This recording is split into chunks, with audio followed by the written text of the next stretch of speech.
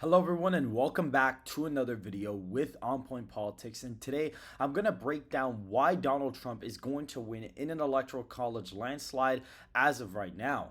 Make sure to hit the like button and subscribe to the channel if you want more content just like this. And so ever since the debate, we have people basically looking at all my stuff saying, oh, I have no problem if you think Trump is winning, but if you think he's winning by this much, you need help. And they basically post my prediction of, oh, Trump's winning New Jersey and stuff like that, which my last video was more of a, oh, okay, this is my gut instinct prediction for the states. But I do have my own demographic model that does actually break down every single state, and it's really not that different from this. And I'm going to actually completely break this down to show you why Donald Trump is going to win by a similar amount to this. We see that the RCP toss-up map has states like Virginia and Minnesota in the competitive column, and they've always overestimated Clinton in the swing states, always overestimated Biden in most of the swing states. If we look here, Biden was polling ahead by 9.6% as of now. Clinton 6.1%. That's like a 4 to basically 5 point polling miss in polling data as of right now compared to both of these elections. And the final polling errors ended up being anywhere from 1 to 3 points depending on the candidate. And Donald Trump just sits at literally 3 percentage points ahead of Joe Biden. I don't think people understand how good of a lead that actually is for Donald Trump. People don't get this. The news tries to say, oh, Donald Trump has a narrow lead over Trump whenever he's ahead of Trump, of Biden by like 6 points nationally. That's not a narrow lead. Before, they would say, oh, Biden's leading by 6. That's a huge lead. Now they say, oh, Trump leads by 5 or 6 in a national poll. That's a very narrow lead. It's very, biased. But either way, I have my own basically things set up here, where essentially, if you look at national polling data, we see that our historical error projection is going to be 4.5% in favor of the Democrats. And we see that if you look at approval ratings of different presidents, going back to different years, we see that incumbent presidents outperformed their approval rating by about a point. You could see them right here. But Clinton in 1996 underperformed his approval rating because there was a large third-party candidate in Ross Perot. And since the incumbent party always gets affected by third-party candidates, you saw him underperform his approval rating by a significant amount. But the problem for Biden is that he doesn't have a 54% approval rating. He's got a 39.7% approval rating instead. He went into a debate with a 39.7% approval rating, which is worse than when Jimmy Carter went into the debate with Reagan, worse than Dukakis, worse than Ford going into the debate with Jimmy Carter in 1976. Like, Biden went into a debate with a historically low approval rating, and his debate performance objectively was just terrible. It was really bad. Even if at some points he could have came up with mediocre or okay responses to what Trump was saying that would have appealed to most swing and leaning independent / Democrat voters, since he was so old and his presentation was so awful, it was just completely ignored.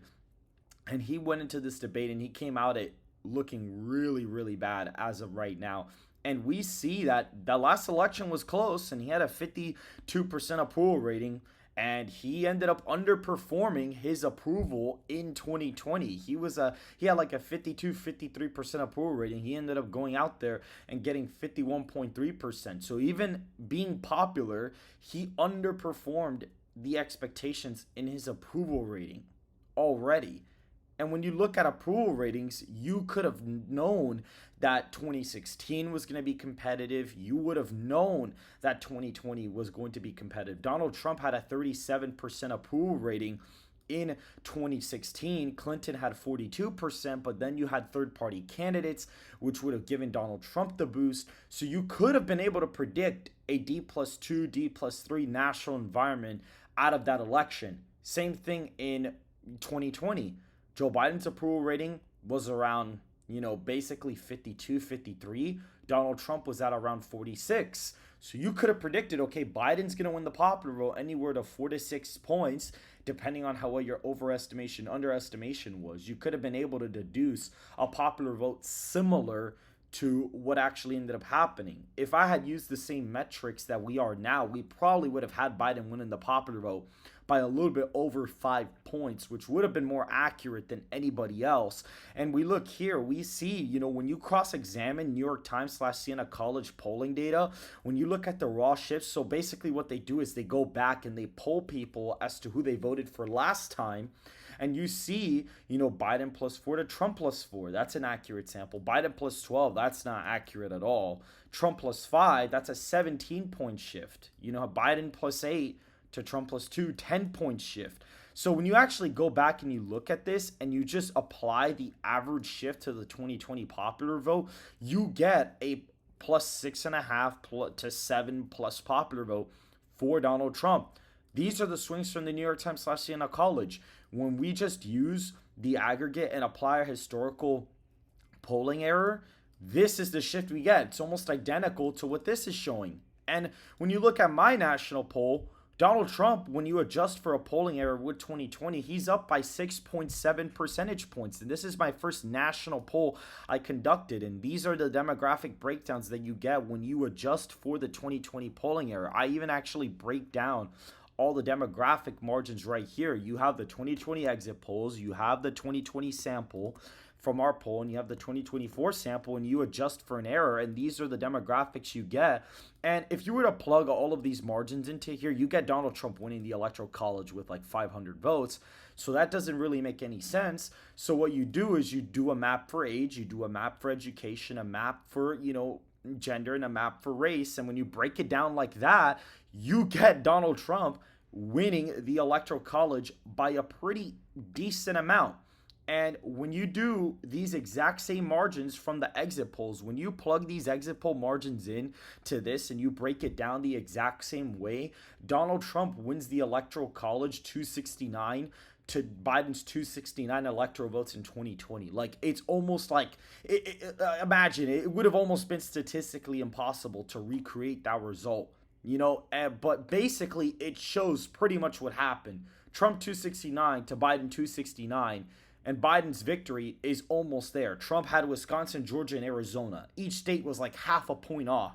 So when you model it out that way, basically these exit polls show almost the exact same thing that the 2020 election showed. And now when you plug these margins in, you get Donald Trump winning in an Electoral College landslide like you see right here.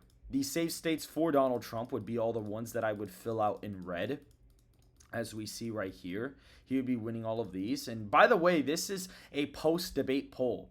Iowa is +18 for Donald Trump in this poll, believe it or not. He is up 18.1% when you modeled it out. And funny enough, the most accurate pollster, Ann Seltzer, in Iowa has Donald Trump up 18 points in the state. And they predicted Trump +7 in Iowa in 2020 in October, which was by far the most accurate pollster there. Ohio is safe. Florida is safe. Texas, well, actually, Florida is not safe here. Florida, if we actually go to it, it's actually 14.9%. Texas is actually a pretty big victory. It's 18.5. It's actually almost as red as Ohio, which is really interesting. And we see here, the safe states for Biden are literally just Vermont, Massachusetts, Maryland, and D.C. That's literally it. California comes in at 14.7 points for Biden. Hawaii at 10 points for Biden. We see Alaska as a safe margin for Donald Trump. Maine second is safe. We even have, I think Maine's first is safe, I'm pretty sure, or likely at least. I think it's likely. Let me go ahead and check. Yeah, it is, but only by like 5.5 percentage points. Like, it's barely even safe. State of New York, if we were to go to that state's a 10-point victory for Biden. Connecticut, Delaware, Rhode Island, these are likely. We have the state of Illinois well, actually, let's look at it right here. It's actually lean now. It's actually right below the likely margin. It's actually a lean state. Washington, Oregon are still likely. The traditional swing states are all likely in this scenario as well. We have Nebraska second, likely Republican, and then New Mexico at a point for Trump. This is almost at 4 points for Trump. Minnesota, Virginia at almost 3, New Hampshire at almost 2 for Trump. Maine at large is actually tilt. It's the closest state, only 0.4 points for Trump. Colorado's only at like a point and a half for Biden. New Jersey's like at 2.7% for Biden. So when you model it out based off my national poll that I get, and even if you did this for the New York Times / Siena College polls, even if you did it that way, I'm actually just going to go ahead and pull it up. Even when you do it based off that, Donald Trump still wins decisively in the Electoral College. He still wins the Electoral College easily. He literally only does 2 states worse in the likely voter screen for the New York Times demographic breakdowns. So for those of you who want to say, oh, he's crazy, he's biased, he's this, he's that, I could be wrong. I very well could be wrong. But I feel like I am actually putting in the effort to get this as right as humanly possible. And I feel like I am doing this in a way where most pollsters don't take into account going back to 2020 to find out what your possible error could be. They're not breaking it down by demographics and modeling it out to see what their electoral college result would be. They're not doing that. And funny enough, the New York Times poll actually shows a more Republican result than my poll even does, by the way. Just to let you know, my poll has a smaller, it's the same electoral college victory, but Colorado, according to New York Times, when you model out their demographics, is still Democrat. And I don't even have it there. Minnesota is almost a likely Republican state. I don't have that. New Mexico's at 3 points. New Hampshire rounds out to 4. Virginia's a 4-point win for Trump. Wisconsin at 11. I don't even have the margins at that. New York Times, latest poll from June, their demographic breakdown shows a bigger victory for Donald Trump than my poll even does. It's the same electoral college result, but the margins in these states are bigger for Trump. And so that's basically it for this video, guys. If you guys did enjoy this breakdown and analysis, please make sure to hit the like button and subscribe to the channel down below if you want more content just like this. And I will see you guys in the next video.